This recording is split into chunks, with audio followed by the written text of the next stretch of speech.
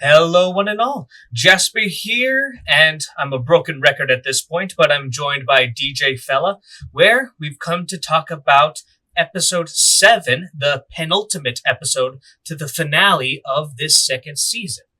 And I have to say, it's really nice that the light at the tunnel is coming, because I'm losing energy with this show. I agree for the most part, but I will say this was probably one of the episodes I found most enjoyable to watch. Mm-hmm. Like I think that there's still probably plenty of plot mistakes and dumb character moments. And as we walk through it, I'll remember all that stuff and mostly be negative. But god damn it, dragons are cool. They are And this indeed this amazing. episode has tons of dragons. Which is nice, of course. And speaking of dragons, though, I mean, the very first scene, we get to see two dragons. We get to see Cyrex and... Fuck, I'm actually drawing a blank on it. Seabreeze? Yeah, see, something like that. Some ocean name. Which, I mean, the Sea opening, Smoke. Shot is a really cool scene. I mean, I feel like you want a shot like this in anything that has something to do with dragons, you know? Mm-hmm. It feels iconic, like a Texas Ranger stand. I mean, obviously they're not about to fight, but still a very cool scene. Yeah. Cool shot composition. Very nice, all things considered. And I don't think there's really anything bad to say about this. I think Rhaenyra initially being a bit more hostile, for lack of a better word, makes sense. After all, she doesn't know who this guy is. All she knows is now this guy is riding her quote-unquote late husband's dragon. Yeah, I mean, I will say I do wonder how they got to this position. But other than that, yeah, everything proceeds logically from here. I think it all makes sense. Yeah, overall, it's just great. And obviously, she softens up a lot once the guy, takes a knee and swears fealty to her. She's like, okay, this guy isn't an enemy, and is a bit more tactful then from her choices. And so I think it's really great. And I also like, though, as she's approaching Adam, Sea Smoke, kind of comes forward as well, letting out a roar, kind of defending him a bit. Just little bits like that I kind of like.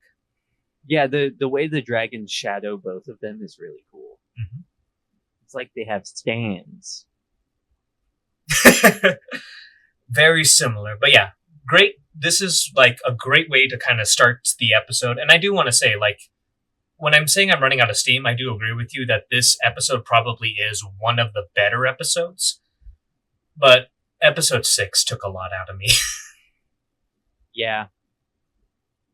I mean, I've been complaining about it since episode 3, just not being able to muster the energy to even give a shit about a lot of what happens. But once they really focus on the dragons, I'm fully in. Because fundamentally, the thing you have to also remember about this show is it's still if the 3 most important building blocks of your story are character, plot, and world building, this show might be bungling the characters and plot completely, but it started with fantastic world building to work with.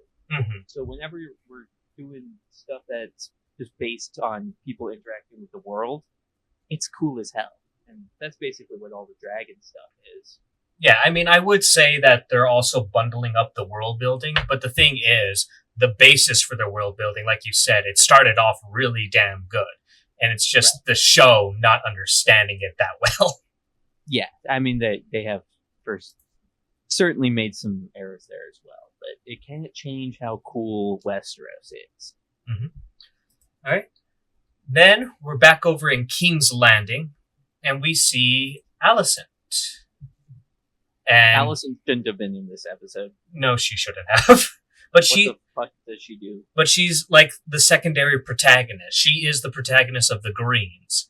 and she has to be in every episode. It's like in Game of Thrones, where when they're adapting the books, there's a book where Daenerys doesn't make a single appearance at all. So they made shit up to give her stuff to do, because you can't have a season where Daenerys isn't in it. Yeah. Yeah. Though I'm a little forgiving in that regard. I think we could have an episode where Alicent isn't in it. Yeah, the thing about that is, like, Daenerys is extremely important to the plot, whereas I still don't really understand what relevance to the plot Alicent has at this point in the story. Mm-hmm. But this first image... Go ahead.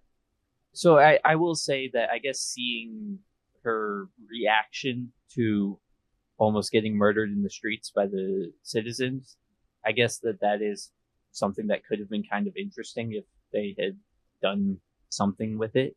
But just having her run away into the forest is really fucking weird. Mm-hmm. And I think we can comment on it a bit more once we get to the forest. But this scene is just setting up why, not really even why, but that she is going to the forest. But the next scene, we have Jasper and Larry's kind of going back. And apparently these members of the Kingsguard are being sent to the wall, presumably for starting the riot, which feels a bit off. Feels very off. Mm-hmm. Feels extreme. Like they literally were just protecting the queen and the princess. Yeah. I mean, you can definitely be critical. They might have overreacted. I guess they're both queens, aren't they? Yeah, they're both queens.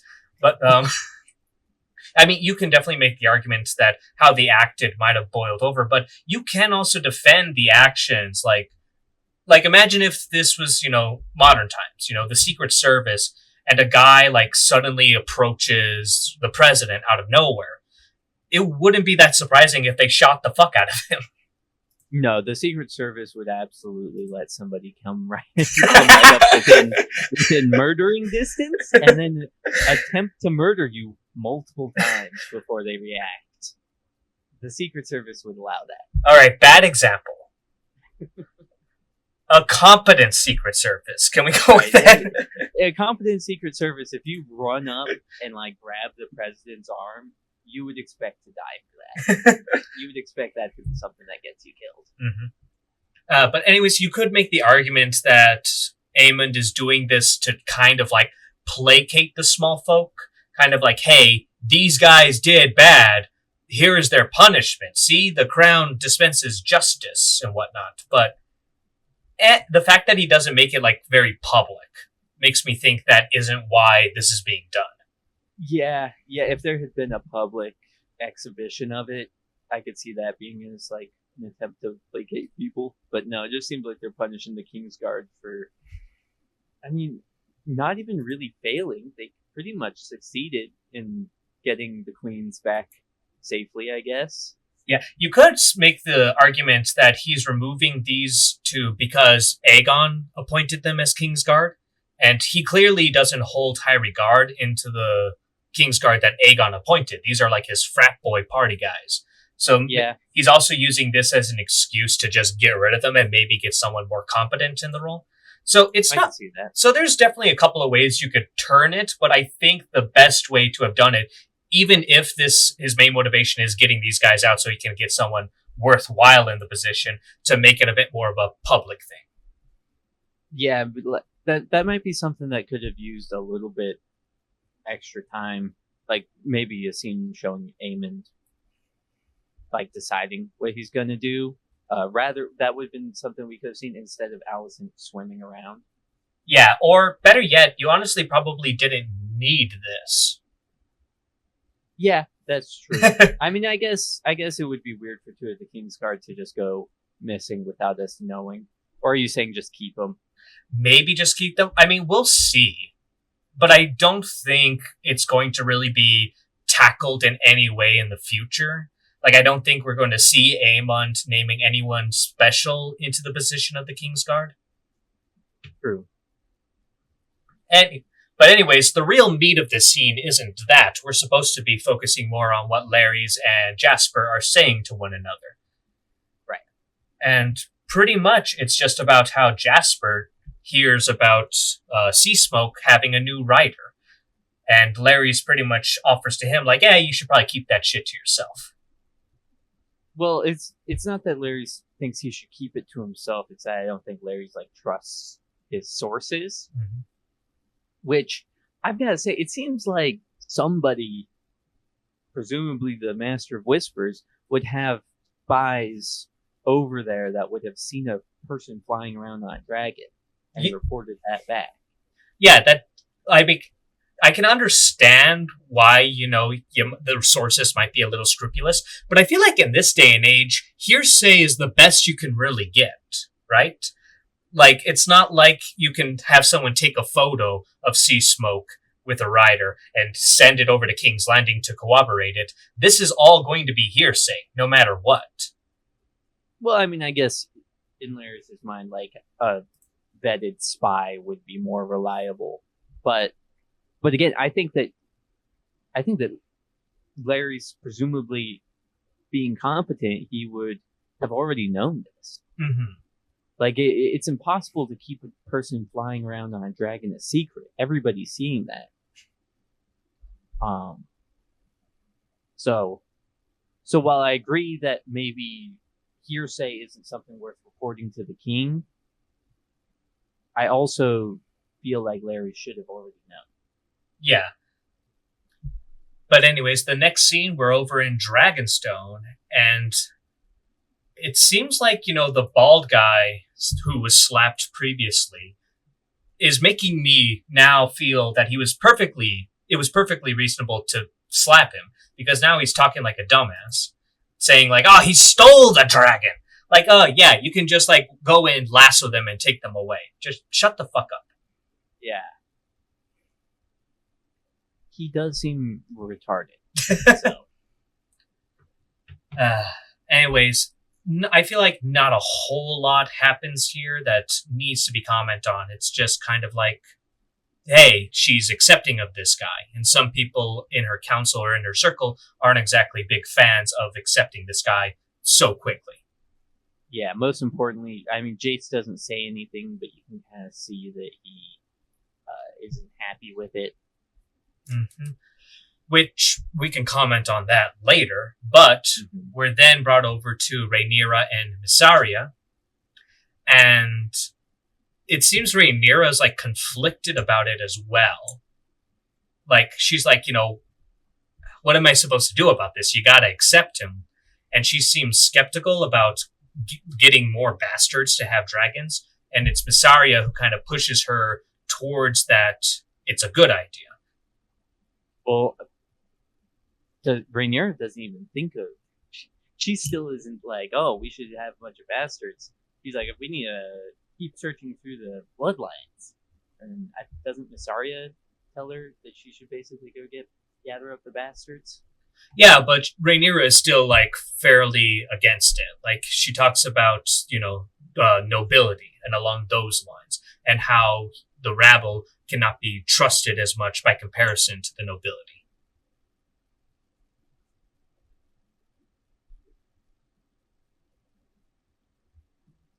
Shit, did I lose you?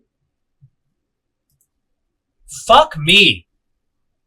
What the actual fuck? Why did I disconnect? God damn it. I don't know. Anyways, got the time. Anyways, what I was saying is Rhaenyra still seems to be one of the reasons why she voices that they continue to search in the nobility lines is because she is under the impression that those of nobility are more trustworthy and reliable than those of the small folk. Yeah. I mean, she definitely still has that bias, but I feel like by the end of the conversation, she's basically brought on board with the whole bastard plan. Oh yeah, most definitely. She's all gung-ho about it. Which, it actually really, when you think about it, Mysaria is really the one running the whole show.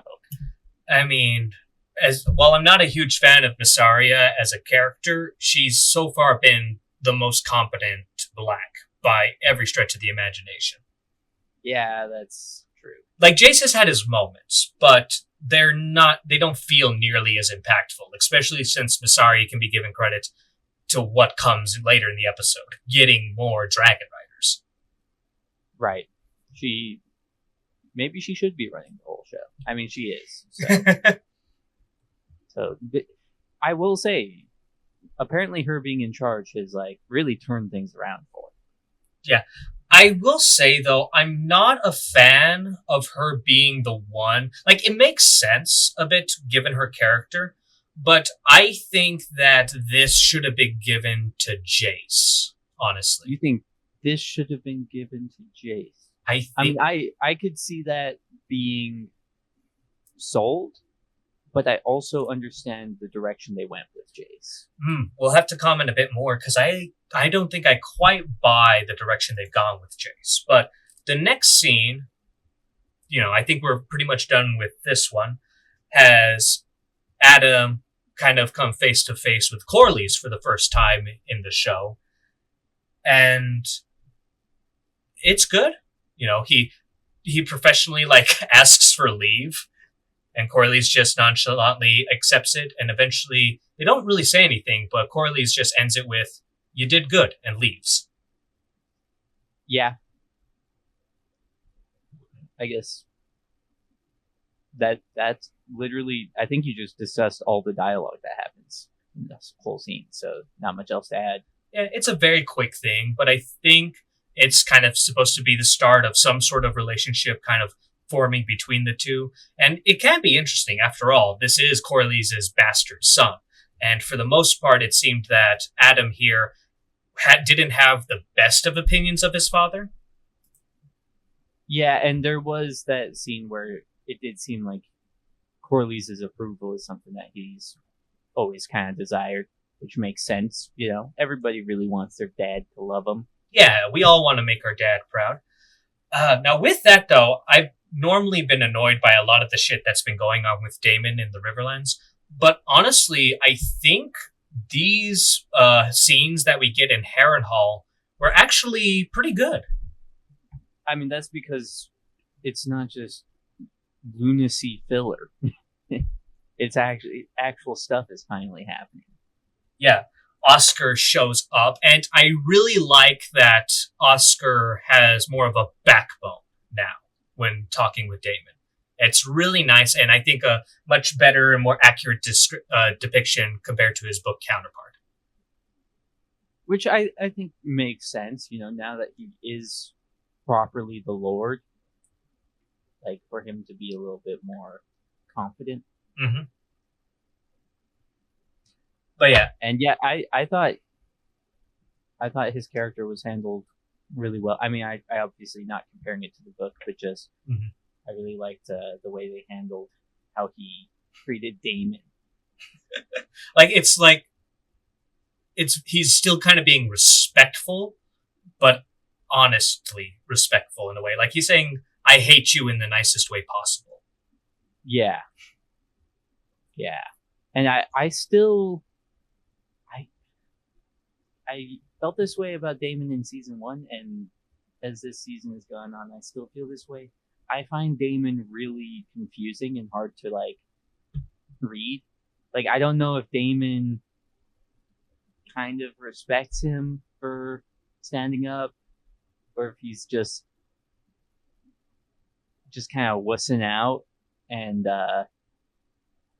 it just doesn't seem in character to me that Daemon would completely wuss out if he didn't respect Oscar a little bit. I don't know. I think there is a little bit of respect for someone's. I think Daemon is the kind of guy who does have some modicum of respect for those who do stand against him. But I think he's not super happy with how he's being treated. I think it's a mixture of both in some ways. And I think he's kind of sucking it up because he does need an army in the Riverlands. True. Yeah, and I guess if he was willing to go as far as he did to try and get the Brackens on his side, despite the fact that seemed like it was never going to happen, this isn't that much lower No, it's very similar. He wants strong man, but he wants strong, loyal men, but he's finding it difficult to get strong, loyal men to want to follow him. Yeah, which is fair enough on the strong loyal man's part. Mhm. He's been pretty much just a dumbass this whole time. Yep. And pretty much, I feel like this entire scene, as we continue on to outside, is pretty much Damon's, like, all of Damon's actions coming back to kind of bite him in the ass in one way or another, even if he is sort of winning now. Yeah, for sure. Well, it certainly makes his position clear to him, I think. Because at this point, with the Riverlords basically all being like, fuck you, we'll follow you because we swore to follow King Viserys and he named Rhaenyra the heir. Daemon's whole plan of going and taking King's Landing and then having Rhaenyra kind of, I guess, Be his consort? be his consort, right? That plan's not very realistic if the army he's raising hates him. I think a part of me also kind of feels like this kind of hammers in that Daemon would probably be a terrible king. Oh, for sure. I think everybody's known that Daemon would be a terrible king the whole time. I mean, I remember in the first season, Otto supported Rhaenyra over Daemon before Aegon was born. Yeah. But I think for me as a book fan, it is kind of cool to see all the nobility with these people and the sigils being plastered on some of their chests and recognize them. Like, makes me a little giddy. And I always like it when the smaller political players kind of have a bit more to show in some regards. But despite that, we eventually kind of lead to the controversy between how the Blackwoods waged war against the Brackens. Mm-hmm. And again, I think this whole thing, the way Oscar handles this whole thing is like super elegant. I think is the best word for it. Like, he really plays both sides in a fantastic balance of like pushing against Daemon just enough so Daemon doesn't quite snap on him, but also like standing up against the Riverlords at the same time. Yeah, he's showing that he's in a way pretty much making sure like we're not fighting for Daemon, we're fighting for Rhaenyra. And he's showing enough backbone to where Daemon doesn't snap and torch them all, but that the Riverlords will still support him as Lord Paramount. Right. Which it's so weird because I feel like writing a scene like this has to be one of the hardest things to write, where you really do have like two factions clashing not just in war, but clashing, I guess, ethically and morally. And then you have to have a character reconcile that in a realistic way that makes sense. Like, in my mind, that's one of the hardest things to do convincingly. And the fact that they pulled it off is seriously impressive. And it just blows my mind that they can write something like this and then also write something like the end of episode 3. How does that happen? There has to be like one, maybe two people on the writing team who are legitimately talented.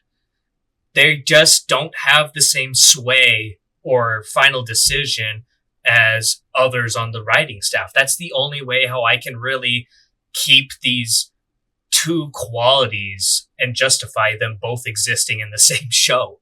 It's not like camera work or direction or effects like that, where it's very clear where you can draw lines and why this is good and why this is bad.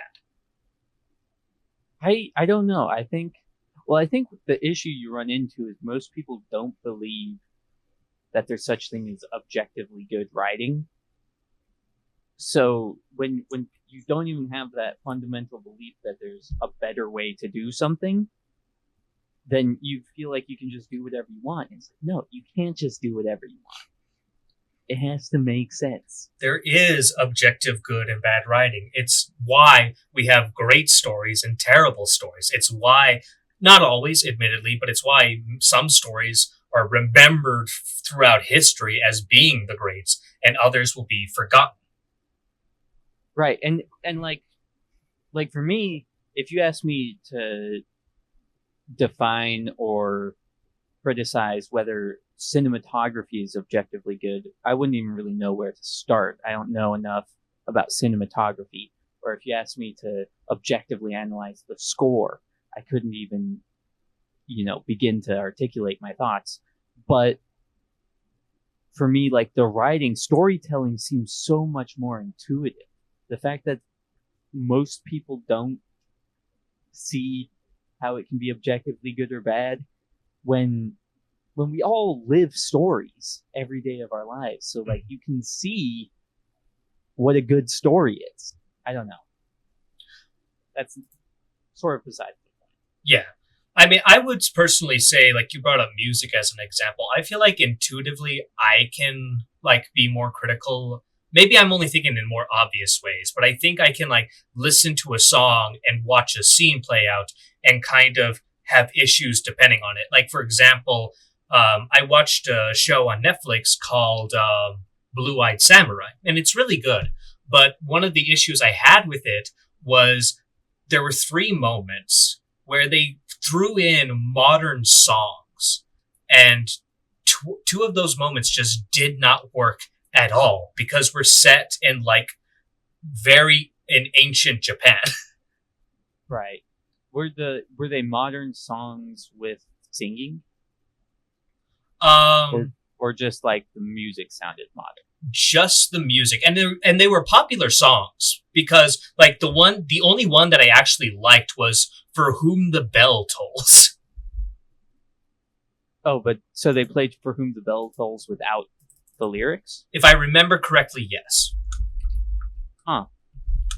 I think that stuff like that can work. Like Samurai Champloo, kind of the exact same thing where you have ancient Japan but modern lo-fi hip-hop music, and they meld those two together beautifully. It's the greatest score of any anime ever, in my opinion. I mean, I couldn't articulate how that is objectively true, but god damn it, the vibes of that show are unbelievable. So see, even there, it's like I see your point of like having new music over an old thing, an old setting feels wrong, but I can't say that that's a hard fast rule. It can be done well.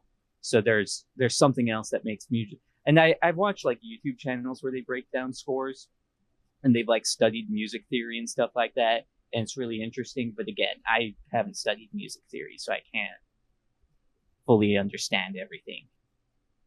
Well, yeah, and to be fair, I actually think For Whom the Bell Tolls is actually an example of it being done reasonably okay. But there were just other moments in that series where I felt, ooh, that just does not work. Like, it was almost like playing Eye of the Tiger during the training montage. Right. But anyways, getting back to the scene itself, though, eventually we pretty much have the River Lords arresting him, and Oscar is sentencing him to death. But he gives, like, Damon, like, he gives, like, a small strain of hope. Like, I mean, technically, if the king wanted to forgive these grievous errors, then you're free to go. He's like, I don't know, he's setting up Damon in a way that I very much enjoyed. And that's the thing, it's very rare for Damon to be kind of in this precarious situation where he's not in full control. Or, I mean, he hasn't been in control, but he's always been very confident, and we're finally seeing him kind of waver in his confidence in a lot of ways. Yeah, having to kind of, I mean, he's literally having to do the bidding of a child. So it's a very different situation for Damon compared to what we've seen of him. Yeah. And I also like that the execution is very quick. It's not drawn out. It's not, I mean, I guess that's the only one I can say. It's not stretched out at all. It's just very quick. Damon draws his sword, lifts it, and very swiftly just whoosh, and we don't see it, obviously, but lops off the guy's head. Yeah, I guess I would have like to see something from Damon where he kind of projects the blame onto the Blackwoods, like at the announcement that they had done what he wanted. I feel like he never, because he could make that argument. Like, I didn't tell you to do that. You went out and did that yourself. I think that's kind of what the execution is supposed to be. It's supposed to kind of, to the Riverlords, symbolically show them that he does condemn the actions of the Blackwoods. Yeah. But a more verbal condemnation might have been a bit preferable. Yeah, because, I mean, to me, the execution seems like him being like, okay, I'll play along with Oscar Tully. But then if he had verbally said something, I think that would maybe help win him back some more respect. Because, I mean, basically, I feel like he's lost all of the Riverlord's respect with that whole debacle. Yeah, if he had any at all, but... Yeah, whatever little was remaining, he is now for sure gone. Yeah. Anyways, after that fairly great scene, we have Damon going to his chambers, where he comes across the ghost of his brother. Mm-hmm. And go ahead. This, to me, it seems kind of like him, I guess, after that whole humbling he just had, he's really having an internal struggle about his worthiness to wear the crown. Not just that, I don't think it's just his own worthiness, but I think now a new respect for his brother is coming from him having to, in some ways, be counted on to make decisions such as this. It's not a perfect one-to-one comparison. After all, Viserys' entire reign was peaceful. But I think now he's I think he loved his brother. I don't know if he ever respected his brother. Now I think he's becoming to respect his late brother. Yeah, I would agree. I'd agree with that. Yeah, and fuck, that whole thing was really good. We didn't really have anything negative to say. It was just positive, positive, positive, positive. Yeah, for the most part, pretty solid the whole way through. Anyways, we're back over in King's Landing, where we see Aegon, I'm assuming, exercising to try and eventually be able to walk on his own, though... Yeah, they're doing a little physical therapy. Not quite succeeding. And man, it really is kind of heartbreaking seeing Aegon like that. Obviously I really enjoyed a lot of the stuff that happened with him in the early seasons, but I don't know. There was this aura of strength that he had about him that wasn't on par with some of the others like Aemond and Daemon. But seeing him like this just kind of got to me a little bit, honestly. Yeah, I'm really curious to see how this whole event ends up changing his character. Because obviously it's a complete character-defining thing. He's no longer going to be the same childish kind of gets ignored by everybody character. He's going to have to either step up or step down, you know what I mean? Mm-hmm. I have an idea how things are going to take, obviously, because I read the books. Though, I mean, the more we get into the show, the more I'm beginning to realize my book knowledge means nothing.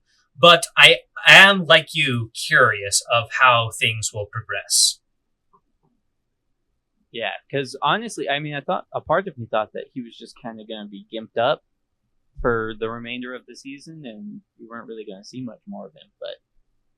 But at least they're showing he is going to continue to be a player as we move forward. Yeah, and we have Larry's again, kind of giving him some words of encouragement. And overall... And apparently telling the Maester how to do his job. You shouldn't be doing this alone. It is funny, you have Jasper telling Larry's how to do his job earlier, and then we have Larry's telling the Maester how to do his job. Seems like a bunch of freaking backseat drivers over here in the screens. Maybe they all need to play musical chairs and switch positions. And then we are back to the docks. Yeah. Where Corlys is talking with Alan. And this is where he tells, or basically puts Alan in charge of the plan to go kidnap a bunch of bastards from King's Landing, as well as tells him that his brother is now a dragon rider. Yeah, and not too surprising given how he's been represented, but he has no interest in attempting to tame a dragon. Yeah, which before a part of me did think he was going to end up being a dragon rider as well, but it makes sense the way things ended up going. Yeah, in the books, he actually does attempt to be a dragon rider. It just doesn't go super well. He doesn't die. He does get burned and scarred up a bit on his back, but he does make an attempt. His brother actually saves him with his dragon. Oh, interesting. Yeah, then in that case, I'm assuming that the books handled the whole bastard thing very differently. Yeah, because how the books did it is they pretty much started with bastards. They didn't specifically look for nobility who had ties to House Targaryen. They pretty much just set out this leaflet saying, hey, come get a dragon. If you get a dragon, you'll have a title, lordship, knighthood, all that stuff. And tons and tons of people attempted. And the validity of all their Targaryen ancestry claim is up in the air. For example, Sir Stefan, there is nothing to hint at that he had any Targaryen heritage. He just tried. Who was Sir Stefan? The Kingsguard member who was torched in the previous episode. Oh. Wait, but did Stefan succeed? No. In the book? No, he died.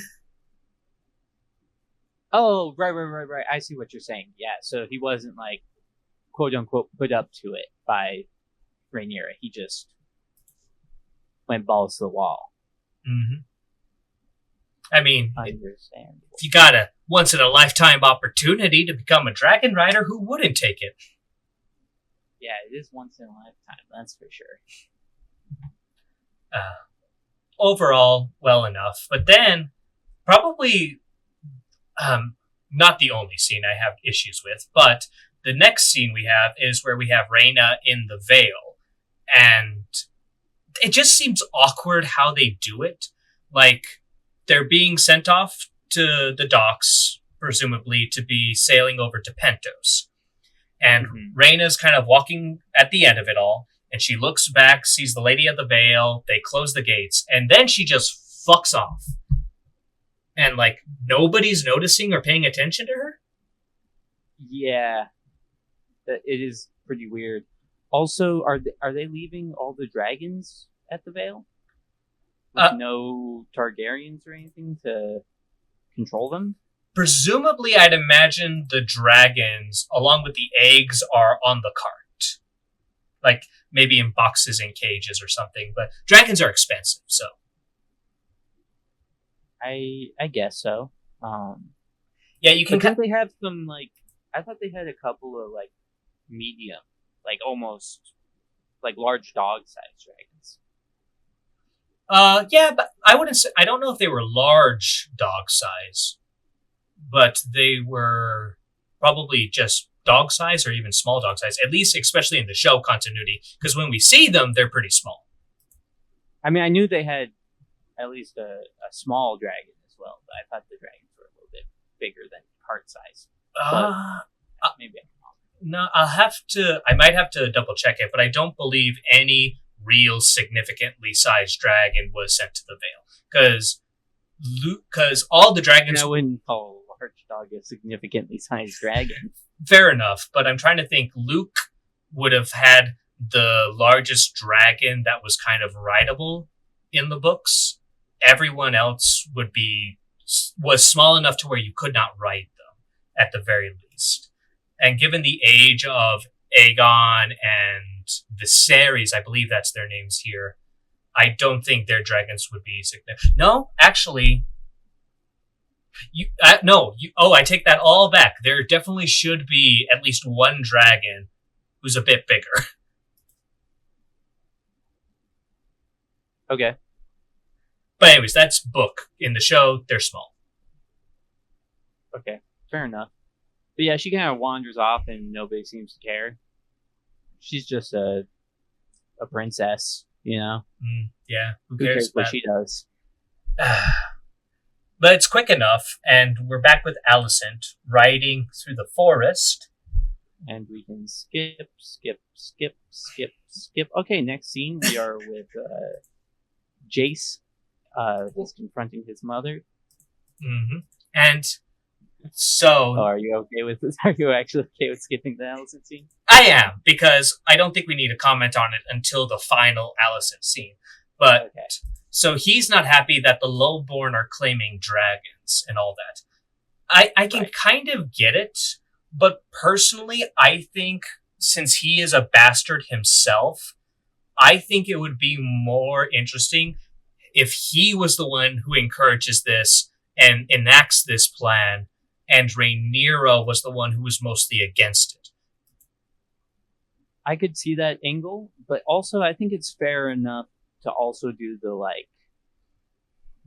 classic hypocrisy angle where, you know, somebody, it's like the classic, I hate this example, but like the gay pastor where you have the person who's most against gay marriage or whatever ends up being gay, like that kind of situation. Maybe, You know what I mean? but you would still arguably have that hypocrisy from Rhaenyra. Because she was the one who fathered the bastards, her bastards, and let them mount and fly dragons. So no matter Right, which I'm not character you go saying, with. yeah, either one is uh is hypocritical, but I think you can sell it either way for sure. I will say, though, maybe it is better if Rhaenyra is the one who's mainly acting on this, because now she's doing something that's having much more tangible good effects for her faction. Yeah, although I was kind of after the last episode in team. Let's just have Jace kind of run the show. Like it'd be cool if Jace just starts being more and more competent and kind of takes things over. But no, if Rhaenyra is going to continue to be in charge and and you want her to be seen as a competent character, I think having her be the one enacting this plan is for the best. Yeah. Also, if Jace wanted to enact the plan and she didn't, I don't see any way Jace could really go above her, like go around her. It would be tougher.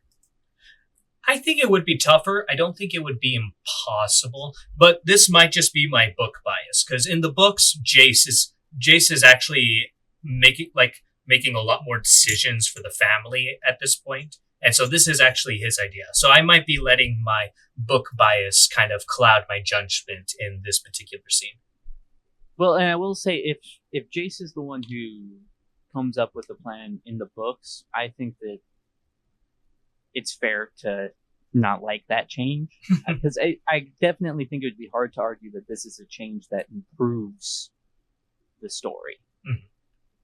But this isn't a change where I have like really strong feelings about it. Maybe if I let it marinate a bit, that'll change. But if we ignore like book accuracy, I think it's okay. I would have still preferred James. I think there's a bit more interest and possibility with that, because I can see that. I just don't buy, and I don't know, maybe I'm just not a fan of like blatant hypocrisy from characters.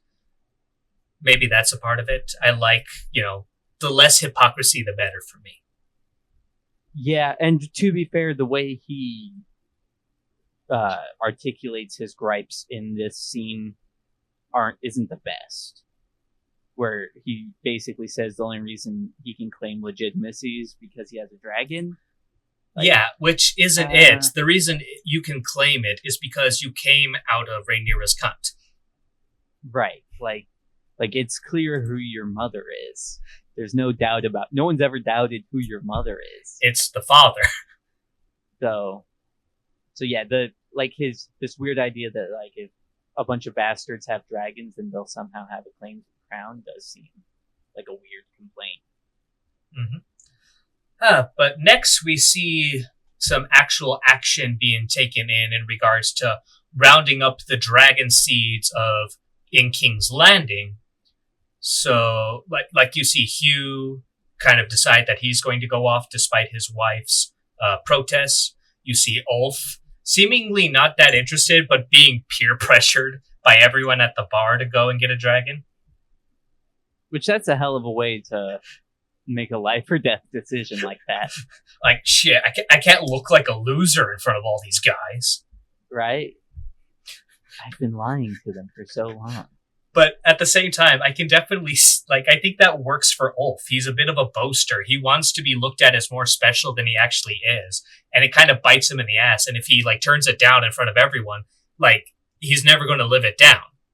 He's never going to live it down. And everyone's going to think he's a dumbass loser thief. But, again, you know what? This is one of the rare instances where as we talk about a show or an episode, I start to enjoy it more. This is, one of the rare instances. I will say, up until this episode, I wasn't shocked to find out that Hugh was a Targaryen bastard, but I wasn't sure before. I was like, is he supposed to just have really light blonde hair? Mm-hmm. I wasn't sure if that meant anything, but obviously I knew immediately, but I can see that it's just not quite as obvious with the hair that they give him. Because, even look at Ulf. Ulf has kind of salt and pepper hair, which makes it kind of harder to really know if he has Valyrian ancestry or not. Yeah, but Ulf had already, he directly claimed to have. So, and part of it was that I was hoping Hugh's character was just going to be kind of I was assuming he was going to do something important because obviously his name comes up in the history books. But I was thinking he was going to more just be showing us kind of what's going on with the common folk, how the war is affecting the everyman, that kind of thing. So the fact that we no longer have really a character that fits that role, I think the show will kind of lose something there. But other than that, no complaints. Yeah, we might have some possible replacements in that regard, but not any great ones, and not really any I can name off the top of my head. You have Missaria, who I think through her web of followers, one of them might be able to kind of shine a bit of light on it, but I don't think it's going to be nearly as effective as how Ulf has been in Hugh, sorry. How Hugh has been in showing the... And to an extent, Ulf as well. Yeah, more Although I've always assumed Ulf being a Targaryen bastard was going to become relevant. Mm-hmm. I guess I wouldn't mind, honestly, if the show just cut to Ulf's friends hanging out at the tavern every now and then. Just shows what they're up to, how they're reacting to things. Yeah, that was actually kind of one of the few moments. House of the Dragon, I feel doesn't have a lot of funny moments, now that I think about it. Don't you dare tell me. Don't you... What, you want it to be a fucking Marvel movie? No. But I just think back to Game of Thrones, where it had very good natural comedy, most of it coming from Tyrion and Bronn and whatnot. Whereas House of the Dragon, it's had its, obviously the kind of Ulf being peer pressured to go ride a dragon. I find that quite humorous. But overall, it's definitely not... It doesn't have as much or really any comedy compared to its predecessor. Yeah, I guess Tyrion's really the only funny character I can think of from the original show. Well, Tyrion and Bronn, but Bronn was Bronn. Very heavily connected. Yeah. But yeah, I guess I wouldn't... I don't know. I'm fine with the show just having a very serious tone. Yeah, but... And then it makes the very few moments of levity feel that much lighter. Yeah. I'm not saying to inject a lot of comedy, but I felt that one instance of comedy was good enough. Agreed. But with all that, we're now back with Alicent. And I want your thoughts on this before I give mine. What do you think she's doing? She's taking a dip. Just going for a swim. I mean, fucking, that's all we're shown. She goes for a swim. So, Oh, she's swimming out towards fucking Dragonstone. no, Oh, okay. I don't think so. No. I don't know where she is, but I just noticed upon looking back over it that there's like land. I was assuming she was in a lake, but I don't know, something about the land looked like Dragonstone to me. so I think it is a lake, somewhere presumably close to King's Landing. Either way, probably the Kingswood. You gonna huck a sword at somebody? So I think this is her supposed to be attempting to drown herself. No. She's doing a bad job if that's the case. Well, that's the thing. I'm not 100% sure. There's been leaks to these things. And the only reason why I think that the leaks were correct, that this is her trying to drown herself, is because in the previous scene, which you skipped, when she's talking to the Kingsguard says, when do you plan to return to King's Landing? And she says, I don't know if I will. Yeah, but that could mean a lot of things. But doesn't mean you're gonna kill yourself. yeah, even with that aspect about it, I just do not care for this. If it is suicide, it's an incompetent suicide. And if it's not suicide, then it's pointless. I think it's pointless. I think you know what? I'll say it's both. Yeah, I think it's dumb and pointless. Mm-hmm. It did not need to be in this episode. Back over to Dragonstone, we have the Dragon Pit guys. I can't recall what their names are, and they're like, we can't do this. This is an abomination." And I feel nothing about this personally. I mean, I guess it's kind of cool for them to be like, this goes against my culture and my traditions. Well, a part of me wonders, I feel like in the books, there's nothing to indicate that all of the Dragon Keepers are Valyrian. And the show doesn't... Well, they're not Dragon Riders. Well, you could still be Valyrian and not a Dragon Rider. I know, but... Okay, maybe I didn't know where you were going with that. Continue. So, there's nothing to really tell us that all these people are Valyrians, and thus they would be very much opposed to non-Valyrians trying to ride dragons. And especially since we've seen quite diverse dragon keepers. We have white males, we have black males. So obviously, unless that black guy was a Velaryon or some shit, there's no, for all we know, there could be Andals in this group. It's hard to say. So them suddenly being against Andals getting it, when now they're bringing in people who have far stronger ties to Valyrian blood, it just seems opposite, you know? I don't think the objection was that Andals were taking dragons. I think the objection was that lowborn people were taking dragons. No, he specifically says, let me go back a little bit. What do you speak of? You sent an Andal before a dragon. So he clearly had issues with an Andal being one to try riding a dragon.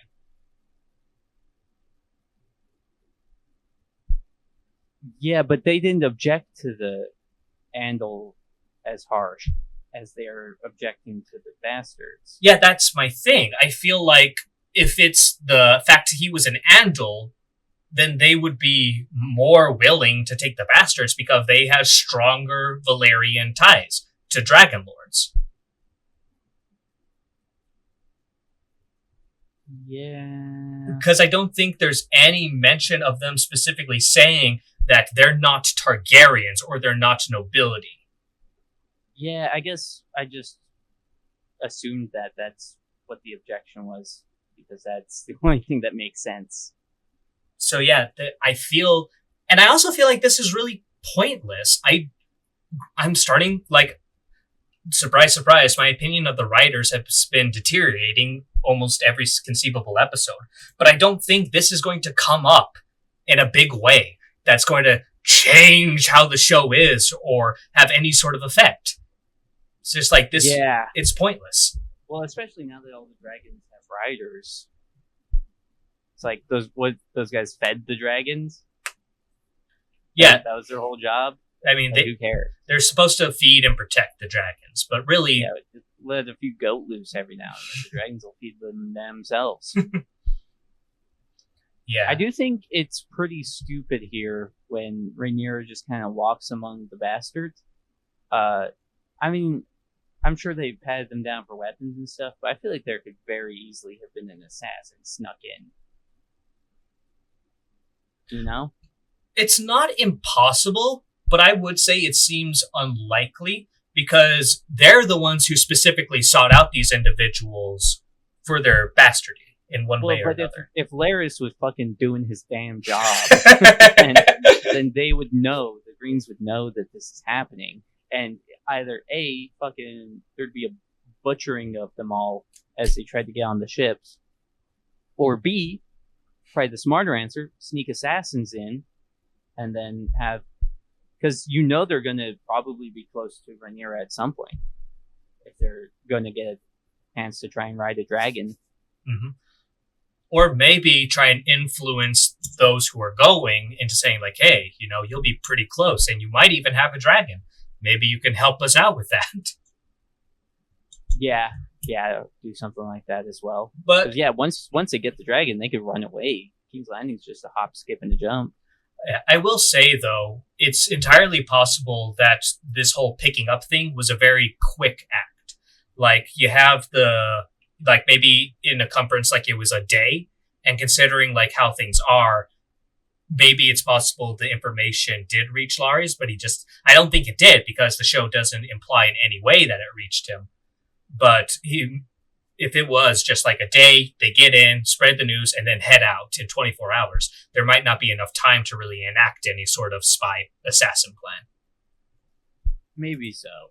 I just find it a little frustrating upon reflection how incompetent Larys has been in this episode, because I felt like he was shown to be a pretty competent master of whispers. So for him to make such large blunders seems a bit odd. Mm-hmm.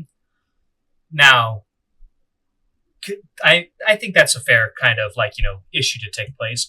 I don't take as much issue with it. I personally take more issue with how they went about presenting the bastards to Vermithor. Yeah, you think that was maybe not handled ideally? I don't get it. Like, who in their right mind would have thought it's a good idea to send all of them out in a herd, as well as having guards in the back preventing them from running away? Like, yeah, why prevent them from running away? Like, that seems weird as hell. Like, if Rhaenyra had been depicted in any sort of way as being a bit more of a cruel person who doesn't care, yeah, sure, makes kind of sense, but this feels out of character for show Rhaenyra. And it seems also incredibly incompetent, especially since it results in a lot of those guards lined up being turned to ash. Yeah, and I mean, it's not like any of these people were against her. Like, they're just innocent people that don't want to get torched by a dragon. Why would you prevent them from running away? I mean, they volunteered to be there in the first place. Yeah, you have to lose by letting them live.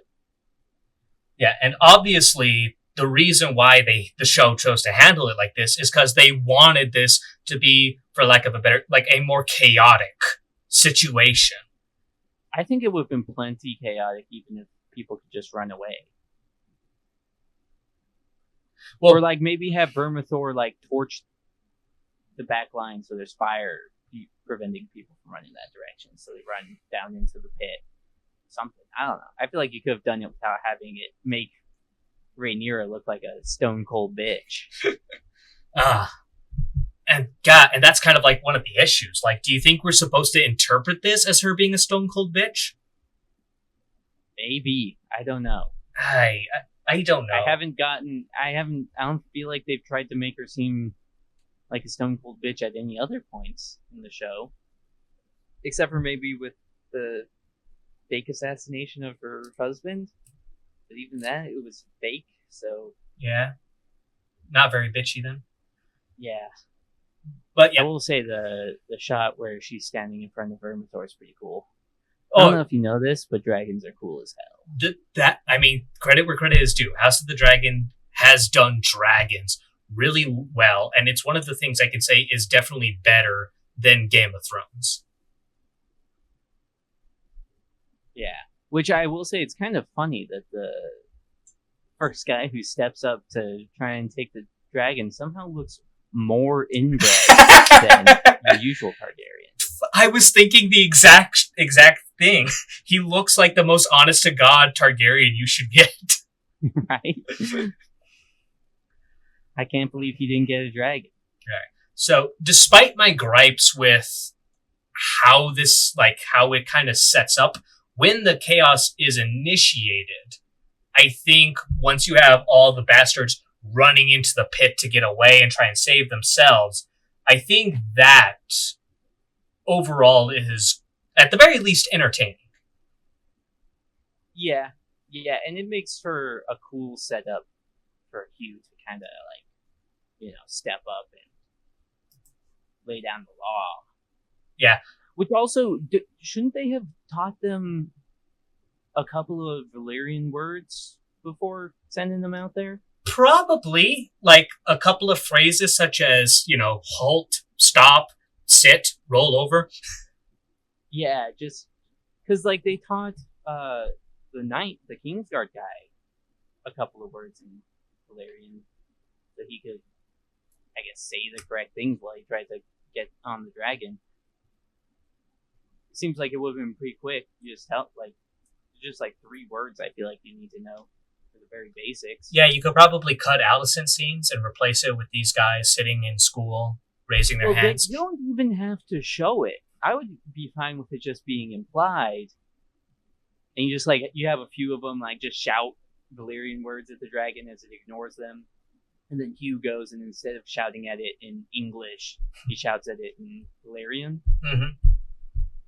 I think that would make a lot more sense. Honestly, I think you could probably get away with Rhaenyra just commenting that we've taught you the word the commands in Valyrian, so try to use them, and maybe that'd be kind of cool. You see some of the bastards because of fear or whatever are shouting commands in English, the common tongue, but Hugh, who does it in Valyrian, finds more success with it. Yeah, maybe so. I mean, I don't think you want to put too much weight on the dragon choosing him because he uses Valyrian, but I think you still want him being brave and standing up to the dragon to be the deciding factor. Yeah, because that's just it's cooler that way. Definitely much more interesting. And yeah, and because of that, Hugh becomes the rider to Vermithor, the second or third largest, definitely the second largest dragon in the show.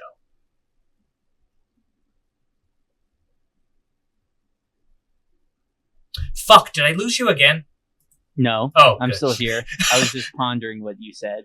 There is a dragon in the books who might be bigger, but he hasn't made any appearance, and honestly, I don't blame the show for cutting him. Oh. You don't think that that's the dragon in the Vale? No, the dragon in the Vale is Sheep Stealer. Oh. What a name.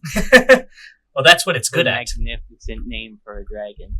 Yeah. Why are some of the dragons named in English? Well, you see, Sheep Stealer is in the books. There are 3 wild dragons, and Sheep Stealer is one of those wild dragons. So the wild dragons often get their name. Well, actually, no, because Sea Smoke, that's not very Valyrian, isn't it? That's English. Right. That's kind of what I was thinking. And then what's the second dragon that gets tamed by the other guy here? What's that dragon's name? Ulf tames. Hold on, give me a second. I'm drawing a blank on who It he starts with an teams. S, I think.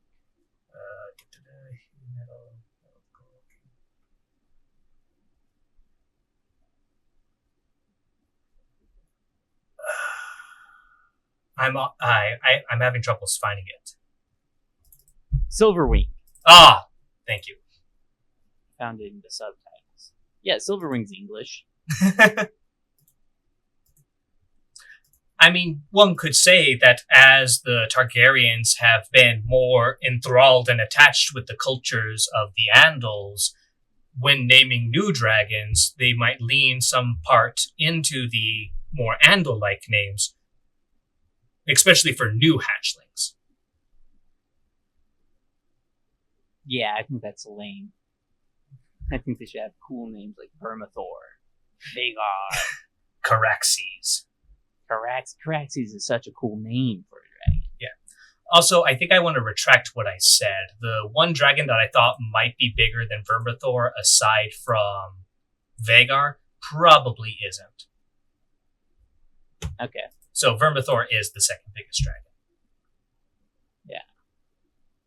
And so then, what's his face? What's the drunk's name? The drunk bastard.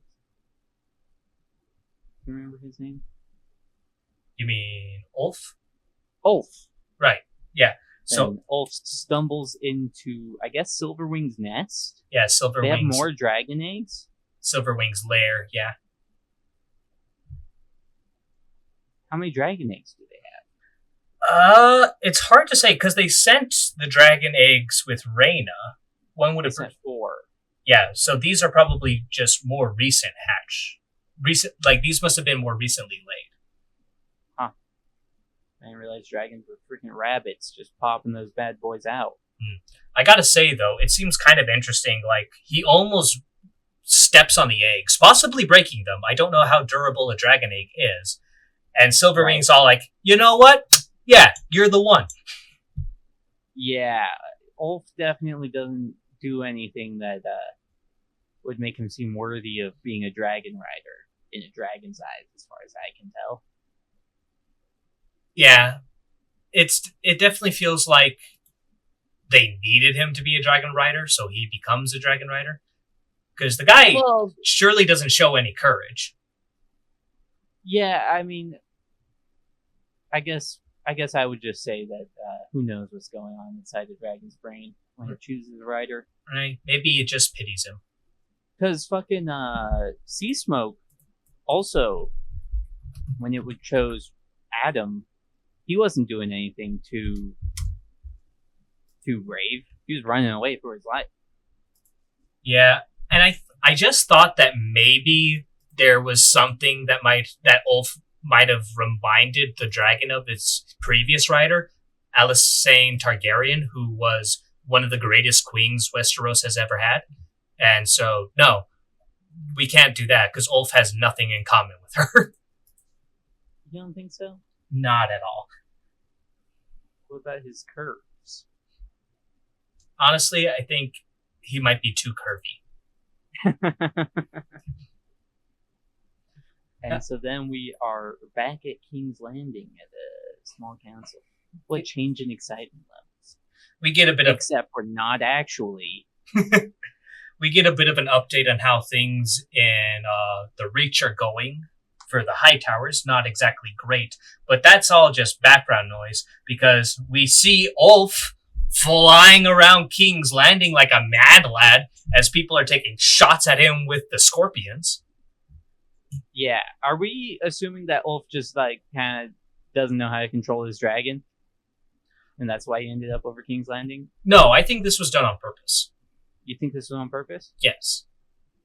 That Rhaenyra had him come do this? Yeah. Okay. It's stupid, don't get me wrong, but I think this was a plan. I would also say it seems something that I found odd. Aemon gets on his horse and rides out to go mount Vermithor. Makes sense, but... Vagar. Vagar. But where is Vagar? Obviously he seems to be outside of King's Landing. Yeah, is he too big for the dragon pit? He might be? I But feel like that was something that was said at some point, that he was too big for the dragon bait. maybe, but in any case, I feel like you would want Vagar to be much closer to King's Landing in that case. Because I mean, it seems like he's pretty close. it's hard to tell because of the cut, but like we don't see in conjunction with King's Landing. We just see him kind of like out in this meadow. Yeah, I was assuming he's pretty close because I mean he gets to Vagar before Silverwing gets back to Dragonstone. Well, that's because I think Ulf was sent over there to try and provoke Aemond into attacking, leading them over to Dragonstone, and once he's close enough, all the Dragon Riders jump him. Yeah, I was wondering if that was maybe what the plan was. But here's the I kind of feel like it might have just been Ulf losing, like the dragon just kind of going for a joyride. Yeah, but the thing is, obviously Aemond figures it out and turns around because Aemond would know that dragon. He would know it had no dragon rider. Right. So, obviously, if that's a new dragon rider, who knows how many of the other dragons have riders now? He might not know how, but obviously he could deduce, like, there must be more dragon riders over there. Well, and at the very least, he would be looking at a 2v1, even if that was the only dragon that now has a dragon rider. Yeah. Which, I mean, Vagar might be able to handle that 2v1, but it would not be a clean victory. Yes, because Silverwing, I believe, is quite a formidable dragon in its own right. It looks pretty formidable. It's the coolest looking dragon. Yeah. It isn't quite as big as Vermithor, but it's around the same age. Okay. Yeah, and so it seems to me like the blacks just kind of won. I don't know. There's like they grossly outnumber the greens with dragons now, and with powerful. As long as they don't like go ride them over a city that's full of scorpions or something like that. Mm-hmm. Do something as stupid as that. As long as they don't do that. Yeah, I'm going to be a little more nitpicky here. Like we see Rhaenyra, like as Aemond decides to retreat, we see Rhaenyra walk out with Syrax. We see Ulf landing on Dragonstone in the background. We see Hugh on Vermithor, but we don't see Adam. I noticed that as well. Maybe Adam's off. Maybe Adam's at King's Landing now, while Aemond was distracted, and he's fucking, I don't know, torching the small folk or something. I do not believe so, but also No. there is. But you could also even throw in Jace and Bela, who probably should be making a bit of a cool dragon appearance. But maybe 3 dragons is enough. Yeah, it would be cool to see all the dragons together in one shot. Mm-hmm. But that is the end of this episode. And talking through it, this was a decent episode. Obviously we have our issues. Alicent should not have made any sort of appearance. The Riverlands have been this is peak Riverlands really, and diving in more to the dragons, being able to see them, this might be the best. It's good. I hesitate to say the best episode, but it is a good episode. I would say it's for sure the best episode of season 2. I don't know. I think I might still prefer the second episode. Dude, I don't even remember a single thing that happens in the second episode. What do you mean That's how boring that episode was. I'm going to remember everything that happened. It's all the dragon stuff? I remember the dragon stuff. You don't remember Aegon beating the man who killed his son to death in the dungeons? The way he showed his rage? You don't remember? Well, then again, it does end with Alicent and Kristen having sex. Oh, was that... So episode 1 was Blood and Cheese? Episode 1 was Blood and Cheese. Episode 2 was the aftermath with the funeral and all that stuff. Yeah, this episode kills episode 2. Okay, it doesn't kill episode 2, but I think this is probably the best episode of season 2. Definitely now. Yeah, say so. Because even when we were trying to be critical, even when I was laying out my own critiques, it definitely didn't feel that big. It felt like little nitpicks to a certain extent, or honestly kind of more subjective in a lot of ways. Like, for example, my critiques of Jace, much more definitely more subjective than objective in regards to judging the quality of the episode. Right. Yeah, I enjoy everything that has to do with dragons. So this episode, yeah, it's for sure my favorite episode this season. It's up there as far as season 1 and 2 goes. Mm-hmm. I'd have to really reconsider everything from season 1. But we never got, aside from episode 10, we never got like cool dragon stuff in season 1. So I guess you could call Dragon Pit cool dragon stuff, but that was... I would not. That was a whole thing. So like if we're comparing, because we got cool dragon stuff in episode 4. 4? Yeah, I believe that's Rook's. The red dragon and the gold. That was episode 4. But I feel like episode 4 also had a bunch of retarded stuff. So the fact that we got cool dragon stuff with minimal retarded stuff, that's a good episode. Yeah, it was a very pleasant surprise. And now we can wait with bated breath to see if the final episode is going to be a dumpster fire or continues this level of quality. Yeah, the finale is going to have a tough time topping that. I mean, I think that's very toppable, to be clear, but I think the finale is going to have a tough time. I think so, and I've been burned too many times by being optimistic for this season, so I'm just going to assume it's going to be garbage. Yeah. I'd rather be pleasantly surprised than disappointed. Same. I agree. But yeah, I think we're in agreement. Overall, great episode. Just a couple of more meandering things here and there. Like, really, I think the only... And I hesitate to say objective, but I think the only like real bad thing in this episode was Allison. This adds so little, and I don't see this being that big of a factor for the future. Well, it's one of those things where if Allison was still a character that I thought was important and should be relevant to the story, then sure, having scenes kind of showing her, I don't know, fail at drowning, her existential crisis, I guess, is what she's having.